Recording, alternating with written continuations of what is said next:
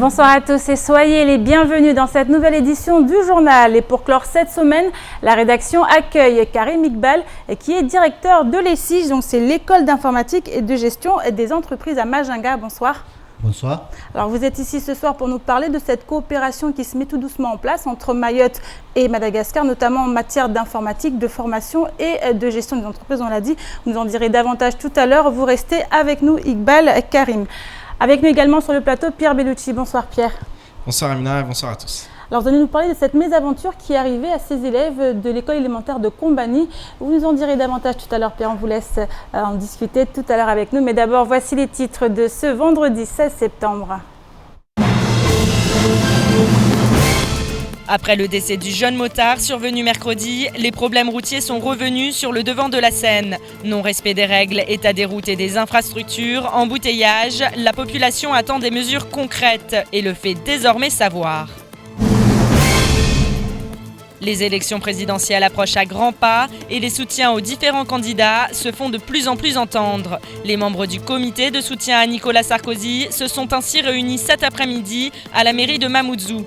Le point dans votre journal.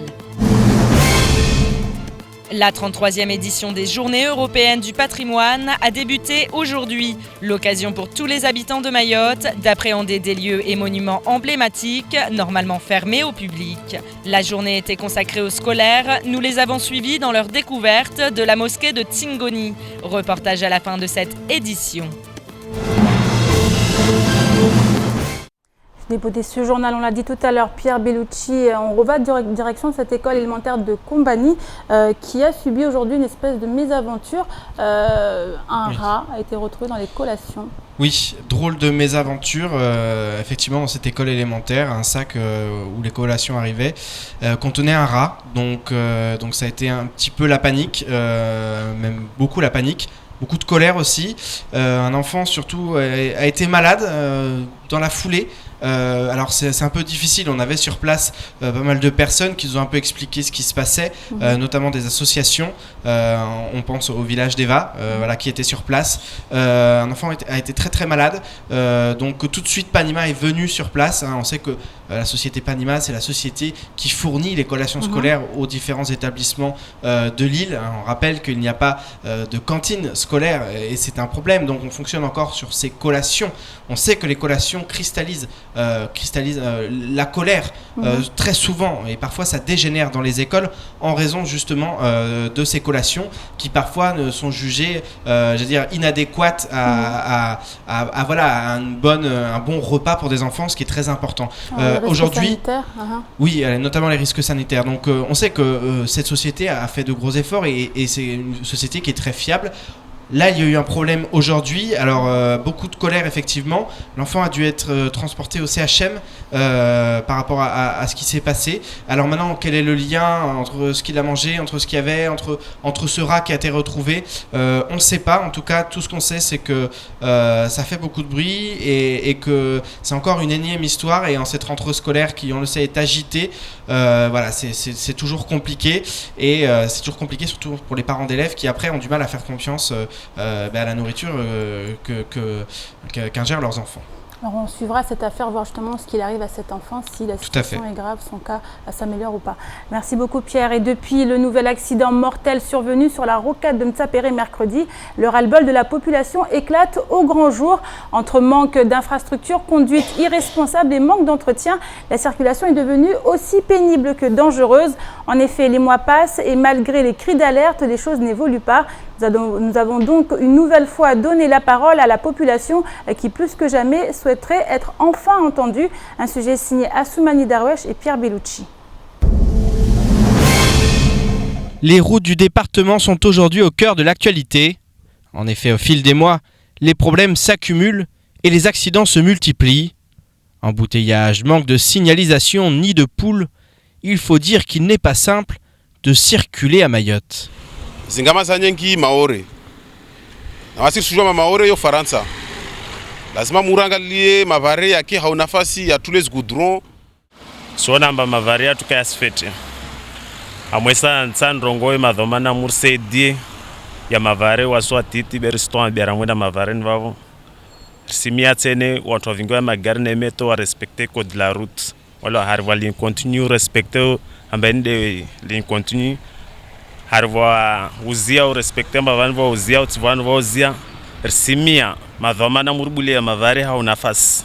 Comparé aux autres départements, l'île accuse clairement un retard criant en matière d'infrastructures routières, un retard qui peine à suivre le rythme du développement aux grandes dames d'une population excédée.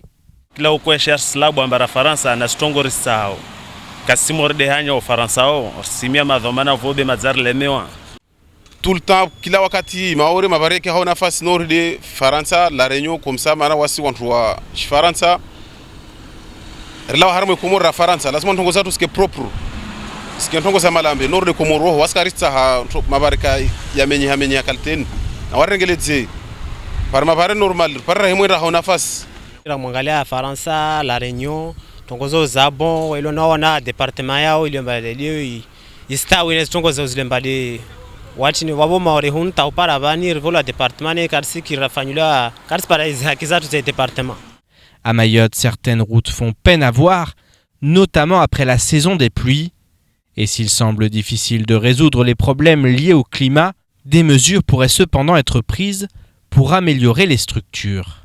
Gamazleo parenvani telma zabole bon Antoine Spoamoa ha kawasrangele zama vare bon déjà mtremo rouler na scooter vavo bon deux fois mtrasrema mon nangama soit mtras puha ou bon askoza c'est pas bon quoi. Autre problème dénoncé par les usagers, le coût lié au mauvais état des routes. En effet, les véhicules sont bien souvent mis à rude épreuve, tout comme le porte-monnaie de leurs propriétaires. Là c'est grave parce que sur la route il y a plus de nids de poules et puis là c'est grave.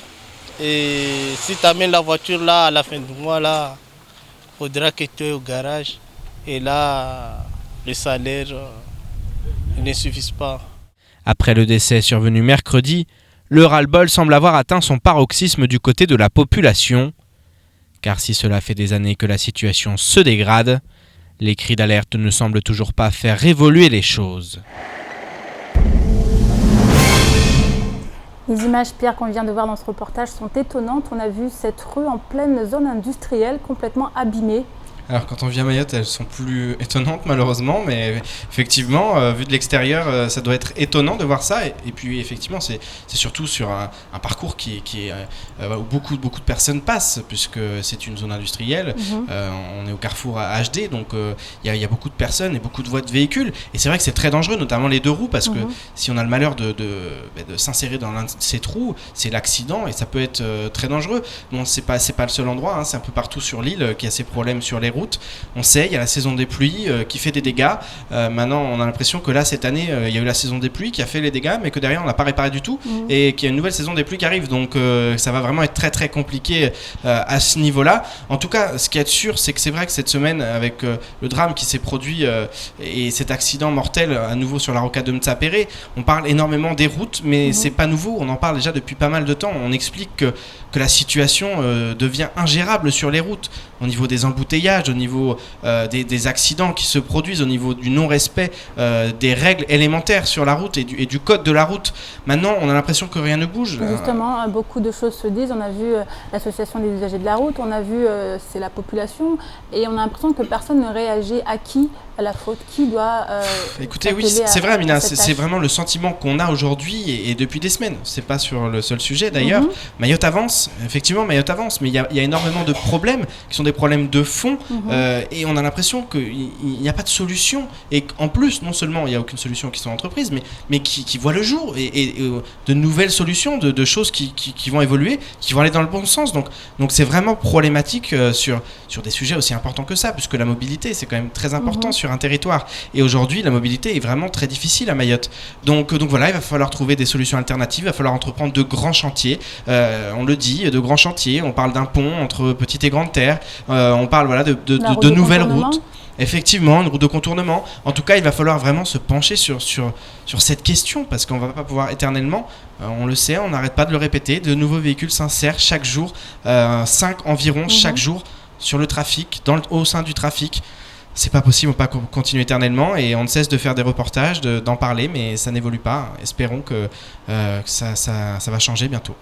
Merci beaucoup Pierre pour toutes ces précisions politiques. Maintenant, à moins d'1 an de l'élection présidentielle, les tensions se font de plus en plus sentir. En effet, cette échéance électorale et toutes celles qui vont suivre en 2017 donnent lieu à une certaine agitation au sein des différents partis. Et en ce qui concerne les Républicains, plusieurs camps se forment. Il y a d'un côté ceux qui, comme Mansour Kamardine, soutiennent Alain Juppé et de l'autre ceux qui militent pour le retour de Nicolas Sarkozy. L'ex-président de la République dispose d'ailleurs d'un comité de soutien très actif et qui, à ce titre, s'est réuni cet après-midi. Un sujet signé Abbas Alidi, Pierre Bellucci et Leslie Limné. L'élection présidentielle se rapproche et les soutiens des différents candidats entament progressivement leur campagne. C'est le cas du côté du parti Les Républicains, où Marcel Henry, Ahmed Atoumani Douchina, Moussa Mohammadi Bavi et La Chakrina, mais aussi Anchia Bamana, ont créé un comité de soutien en faveur de Nicolas Sarkozy. À ce titre, une réunion se tenait cet après-midi à la mairie de Mamoudzou. C'est une réunion du comité de soutien de la candidature de l'ancien président Nicolas Sarkozy pour les prochaines primaires des Républicains pour les présidentielles de 2017. Effectivement, nous souhaitons donc faire le tour de Mayotte. Donc le comité entre guillemets départemental qu'on a mis en place va sillonner un peu toutes les communes. Donc dans chaque commune, il y aura une section pour qu'on puisse mobiliser tous les Mahorais à soutenir la candidature de M. Sarkozy à la prochaine primaire des Républicains. L'heure de la campagne a sonné pour les partisans de l'ancien président de la République qui sont persuadés que Nicolas Sarkozy est aujourd'hui le seul à pouvoir faire évoluer les choses à Mayotte. Nous soutenons le président Nicolas Sarkozy parce que c'est un homme de parole, un homme de conviction et un homme qui a beaucoup fait pour Mayotte. Vous savez très bien qu'il nous avait promis la départementalisation et il l'a réalisé. En plus de ça, évidemment, il y a eu des projets structurels, l'aérogare de Pamandzi, il y a eu aussi d'autres types de projets qui ont été réalisés. Bon, on ne va pas tous les énumérer ici. Bref, nous savons que c'est aussi l'homme de la situation pour lutter contre l'immigration clandestine. Parce que le problème, c'est que nous savons que le gouvernement comorien fait l'autruche sur ces questions-là. Et le président Sarkozy, lorsqu'il était venu à Mayotte, a dit clairement qu'aucune puissance ne dictera la conduite de la France quant à l'appartenance d'un territoire. Et c'est la raison pour laquelle nous soutenons ce candidat qui, nous estimons, a en tout cas un discours clair, franc et aussi sincère envers les Mahorais. À Mayotte et au vu du contexte actuel, un sujet risque de faire la différence au moment du vote, l'immigration et notamment la question du droit du sol. Tout est saturé, les services de santé sont saturés, l'éducation est saturée, tout est saturé. Eh bien, il y a la question évidemment du droit du sol.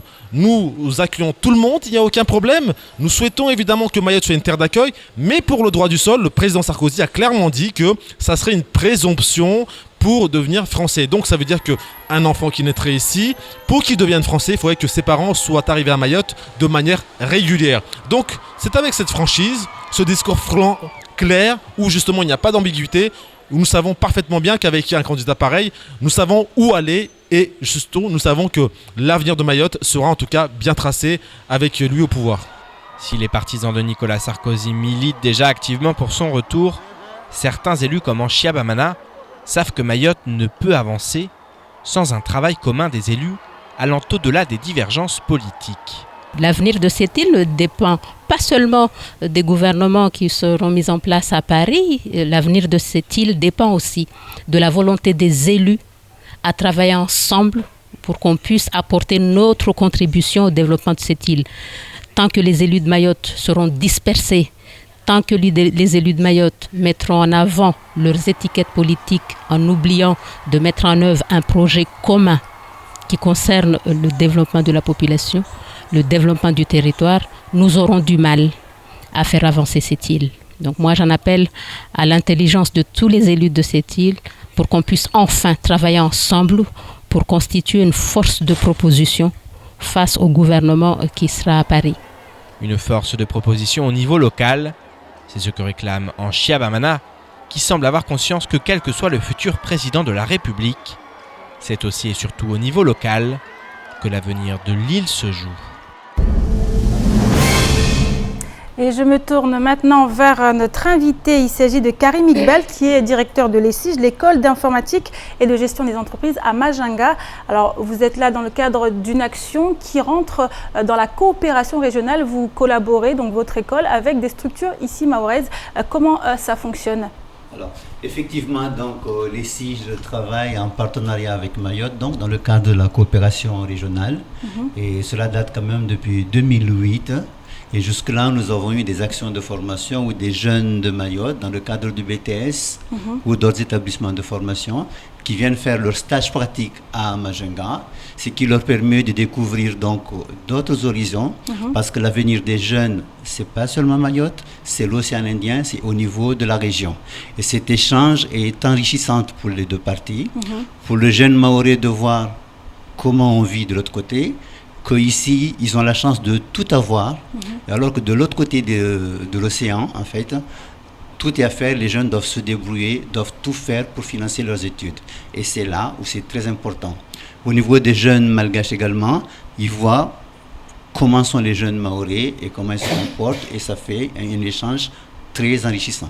Alors le flux le plus important, c'est en direction de Mayotte ou en direction de Madagascar? Oui, jusque-là, c'était en direction de Madagascar pour des raisons évidentes, donc de moyens financiers, parce que les jeunes qui partent là-bas donc, sont financés par la collectivité, par la coopération régionale. Au passage, je voudrais saluer les efforts faits par la collectivité, donc le département de Mayotte, depuis 2008, pour soutenir, encourager ces jeunes en vue donc, de développer les actions de formation et de la mobilité régionale. Alors vous n'êtes pas venu tout seul, vous êtes venu accompagné de Rosa et Nasma qui sont ici à ma droite. Donc Rosa qui est en deuxième année de BTS en tourisme et hôtellerie. Bonsoir Rosa. Bonsoir. Alors à vos côtés c'est Nasma qui elle en BTS deuxième année également mais en commerce international. Alors aujourd'hui vous êtes à Mayotte, vous faites vos études à Madagascar. Nasma, comment vous voyez les choses ici, de ce côté de Mayotte, comment vous envisagez? Est-ce que vous voyez aujourd'hui venir travailler notamment à Mayotte ou alors avoir des collaborations avec Mayotte dans le futur, une fois que vous serez inséré dans le monde professionnel? Bonsoir.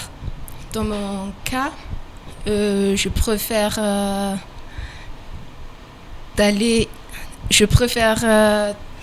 j'envisage de travailler ici. Et parce que ici c'est bien, et aussi j'aimerais découvrir le monde des affaires de Mayotte. Alors vous Rosa, vous êtes en hôtellerie et en tourisme, vous savez qu'à Mayotte c'est un domaine qu'on développe énormément en ce moment, il y a beaucoup d'actions qui se font en cette faveur. Est-ce que vous aujourd'hui, le tourisme à Mayotte, vous l'envisagez comme le tourisme à Madagascar? Quelle différence vous avez vue entre les deux territoires? D'ailleurs ici c'est une île un peu intéressant parce que on vient de découvrir un peu pas mal de choses. Bon, je crois, mais comme Madagascar est grand, c'est un peu différent, mais on essaie de regarder les différentes choses ici. D'accord. Merci beaucoup Nasma et Rosa. Je me retourne vers vous et Karim Iqbal. Alors, cette collaboration a l'air de bien se passer. Est-ce qu'aujourd'hui, il y a des choses que vous souhaiteriez mettre en place, notamment des domaines que vous souhaiteriez développer davantage? Oui, nous avons donc des projets pour mener d'autres actions de formation. Donc, nous avons été en contact ce matin donc, avec le vice-président du conseil départemental chargé de la coopération régionale. Donc, nous sommes en train de réfléchir sur des actions à mener pour les jeunes prochainement. Merci beaucoup pour cette intervention. On suivra vos actions par la suite. Merci beaucoup à nos invités. Direction maintenant l'aéroport de Pamandzi, non pas pour prendre l'avion, mais pour découvrir les richesses de notre lagon à travers cette exposition inaugurée ce matin, intitulée Le souffle de l'océan et proposée par le Parc naturel marin dans le cadre des Journées européennes du patrimoine. L'exposition a pour objectif de sensibiliser le public sur l'importance de préserver ce patrimoine. Depuis des années, en effet, l'envasement ou encore la pollution ont mis à mal une grande partie de la faune et de la flore marine du lagon. Un lagon qui mérite la plus grande attention de chacun. Un sujet signé Pierre Bellucci et Leslie Zimné. Qui dit journée du patrimoine, dit forcément trace d'un passé marqué par la présence humaine. Mais c'est bien souvent oublié que le patrimoine naturel est à l'origine de tout. Notamment à Mayotte, où au-delà du terrestre, le marin occupe une place de premier choix. C'est vrai que quand on pense aux journées du patrimoine, on est plutôt souvent sur le patrimoine culturel, les monuments, etc. Mais ici, on a quelque chose de monumental, c'est le patrimoine naturel marin, le patrimoine naturel en général. Et donc, c'est vrai qu'on a voulu mettre en valeur ce patrimoine dans le cadre de ces journées qui nous paraissaient idéales pour lancer ces séries d'expositions. À travers cette exposition intitulée « Le souffle de l'océan », le parc naturel marin a souhaité sensibiliser le public à l'importance de préserver l'environnement et les richesses qu'il renferme, comme nous l'explique la présidente de l'institution, Bouhari Bichara Payet. Le lagon, c'est important. C'est important que les Mahorais découvrent déjà tout ce qui est ces expositions qui permettront aux Mahorais de prendre connaissance, de prendre conscience aussi de leur protection du lagon et aussi de la valeur que représente ce lagon pour Mayotte. En complément des affiches créées par le parc naturel marin, plusieurs photos sont désormais exposées à l'aéroport. Des photos réalisées par Astrid Cussy, une photographe passionnée du lagon mahorais. C'est une passion. Je suis venue à Mayotte la première fois en 1994 en vacances parce que j'étais plongeur et j'ai voulu découvrir ce milieu et tout ce qui renfermait. Et en quelques semaines de vacances, j'ai pas eu assez de temps, donc je suis revenue et là je me suis installée. Et j'ai commencé la photo ici. Et toutes mes plongées ne se ressemblent pas tellement c'est riche, tellement il y a des choses à découvrir tout le temps. Mes photos, c'est surtout un moyen de communication, c'est de faire découvrir aux Mahorais, à ceux qui habitent l'île, ce qu'il y a au fond de la mer, dans ce beau lagon. Et oui, les sensibiliser, bien sûr. Et là, le parc marin le fait très bien. Les associations aussi, il y a des associations aussi qui le font et qui sensibilisent surtout les jeunes Mahorais à préserver cette île. En effet, la sensibilisation passe bien souvent par les plus jeunes, car si ce sont les adultes qui sont à l'origine de la dégradation de l'environnement, la nouvelle génération possède les cartes en main pour changer les choses. On espère avancer, on travaille beaucoup avec les jeunes, ça nous donne beaucoup d'optimisme parce que cette nouvelle génération, on arrive à la sensibiliser, à l'émerveiller et on espère qu'elle sera le relais vis-à-vis de leurs parents et des grands-parents pour que cette connaissance et cette conscience environnementale se développent à Mayotte. Une conscience environnementale qu'il n'est pas simple d'inculquer sur un territoire où plus de 80% de la population vit sous le seuil de pauvreté et où beaucoup possèdent d'autres préoccupations que celle de se soucier des richesses du lagon. L'espoir réside donc dans la jeunesse et dans le travail mené par tous les acteurs de l'environnement. Et voyons maintenant ce qu'il en est du reste de l'actualité de ce vendredi 16 septembre. Je vous en propose un petit tour d'horizon dans l'actualité. En bref, c'est parti. Mercredi matin, les obsèques du petit Ankidou, 6 ans, ont eu lieu dans le village de Bouyouni. Le 30 août dernier, non loin de son domicile, l'enfant avait été retrouvé sans vie sous des branchages, avec à ses côtés son petit frère grièvement blessé. Depuis lors, une enquête a été ouverte afin de déterminer les circonstances de la mort d'Ankidou et des blessures de son frère qui lui a survécu. Et selon les premiers éléments, tout porte à croire qu'il s'agit d'un acte criminel.